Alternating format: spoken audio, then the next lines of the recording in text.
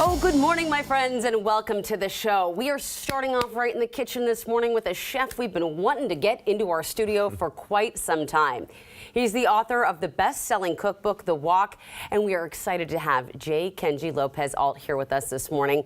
So glad to see you in person, in human thank you for form. having me. I said, we've done this over Zoom, but it's not quite the same. It really isn't. Yeah, that's at my house, and now we're in your house, right? Now we're in my house.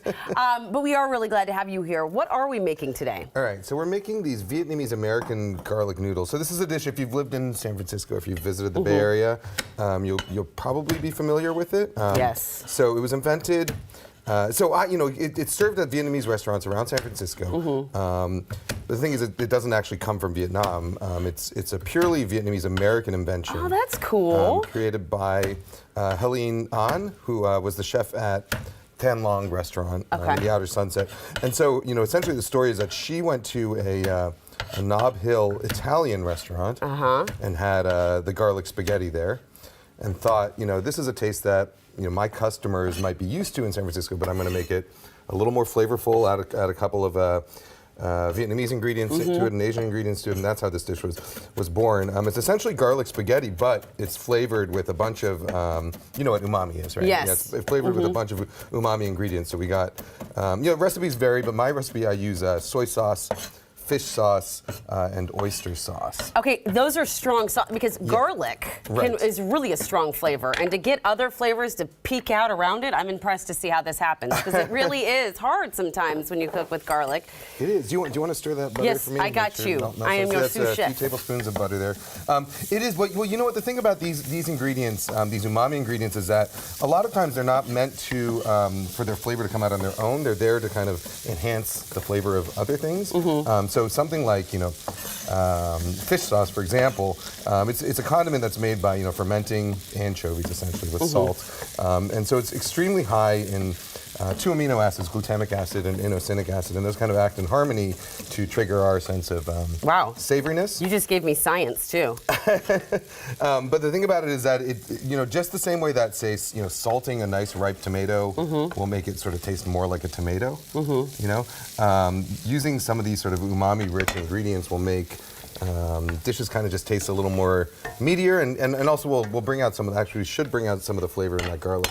By the way, watching you stomp and chop that garlic was probably the most satisfying thing I've seen all week. Oh, I should have let you smash some garlic. No, I liked watching you. It was very relaxing. It's actually like one of the tasks I like to give to I have a 6-year-old. I know you have a 6-year-old also. I give her a mortar and pestle and tell her to just smash the garlic. And it's a way that she can be really useful in the kitchen, and it's really fun for kids. It's fun for them. They love getting involved. And I bet you they eat more when they help cook something. Usually, yes. Usually. Yes. So now you're chopping 2 scallions. I got a couple scallions. We're going to use these for garnish at the end. Oh, okay. All right, so the the idea smell here of is this butter and garlic's amazing, by the way. And this is one of those dishes where you do want to use fresh garlic. If you've got like jarred garlic and you typically use that at home and you like the flavor, then that's okay. But fresh garlic, I think. It has a much cleaner flavor to it, and a lot of the sharpness that garlic achieves when you cut it open, a lot of that dissipates really quickly. So nothing really will take the place of fresh garlic. All right. All right. So we're not looking for any color. We just want it to kind of get a little bit mild. Okay. Right around there is good. And now we're going to start seasoning it with our sauces. So a couple teaspoons each. I love that you can just eye it. I'm definitely a follow the book. Sauce.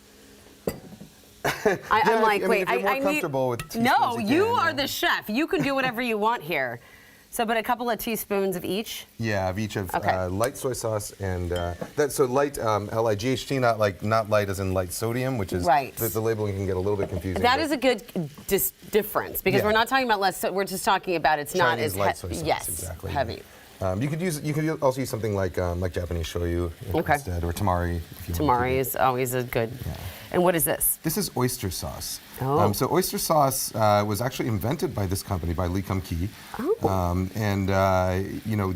It's made essentially from cooking oysters and then reducing that liquid down until it's almost a syrup. And it comes in 2 quality levels. So if you buy this brand, there's one that has a panda on the front, and then there's one that has a boy and an oyster boat on the front. The one with the boy and the oyster boat on the front is the one you want. Is the one you want. That one is made with more sort of real oysters Okay. as opposed to, And you put maybe about a sugar, tablespoon of that in about there. a tablespoon of that. Okay. Exactly. All right. And so now the rest of it, so I have, you could cook spaghetti fresh. You could also make this with like Chinese style noodles. This is spaghetti I just cooked yesterday because we don't have time to cook it on air, and why not? Yeah. And then I saved some of that pasta cooking water. So the same way that you'd finish a pasta dish in Italian cuisine, we're going to finish it here. So with some of that pasta cooking water, which has, the starch from the pasta that cooks off from the pasta. Yeah. And that's going to help this kind of emulsify and turn into a creamy sauce. A creamy sauce. Let's talk about your new book while you're flipping this wok around. You love cooking in the wok. The book is called The Wok. Talk about the book. Well, so the book actually started out as originally it was going to be a sequel to my first book, which was The Food Lab, which is more about sort of Western home cooking techniques. Right. And in that book, in The Food Lab, at the beginning of the book, I talk about how amazing woks are and how they're like by far my most used pan at home. And then it turned out that the wok chapter in the food book, we cut it out for length. And so I talk about how great woks are, but then don't actually provide any recipes in that book. So when I started writing the sequel, I started with the wok chapter, and I kind of, I was working on it, and I kept expanding. I got like a few hundred pages in, and it was just about stir fries so far, and I hadn't yet talked about like braising or frying or steaming. And so yeah, we decided, there's enough material here to really make a full book that just explores in detail the wok, and so it's not tied to one specific cuisine. Obviously, there's a lot of Chinese right, but cooking it's in there more the technique that the pan can help you offer. Exactly, and the versatility of the pan, because the wok that I tested every recipe in that book for, which is not this one, but the wok that I mostly use at home is one that I bought 22 years ago when I was in college, and I've used it, I used it when I was single, living with roommates, when I was first married. Now I cook for my family. I literally, when I up until like I became an adult, like married life, the only pan I had was a wok because it's so versatile and you can use it for everything. I got to ask you about your YouTube videos you're starting to make, and I think that people are loving to watch this. Tell me about them.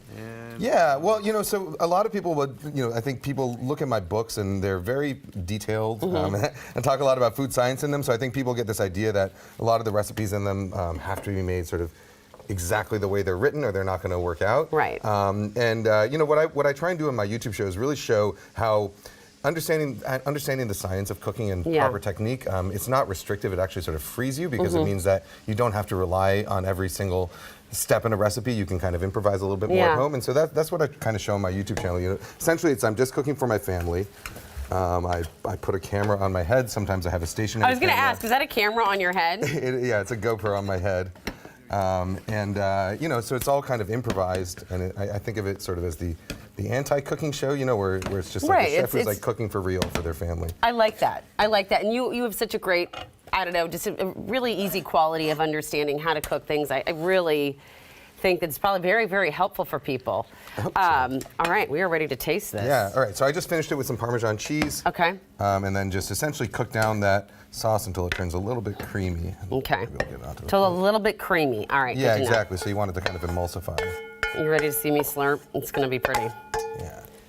All right, here we go. Gonna get in there. Come here, little noodles. I normally taste for seasoning before I serve it to Okay, I won't. I'll wait till you let me. You can pretend it's the perfect salt level.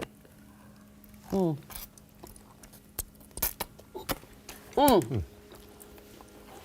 Okay. That is amazing. Thank you. I thought it was going to be super fishy. Like in my head, I thought it was going to be super fishy. This is just like you would. Oh my gosh. Fish sauce, it's made from anchovies, but it doesn't actually have a very taking this overwhelming plate of flavor. noodles with me for the rest of the day. Not sharing. Thank you so much, Kenji. I really appreciate it. And he's sticking around to the end of the show where we're going to get his thoughts on expiration dates of different foods. And you're going to want to see this for sure.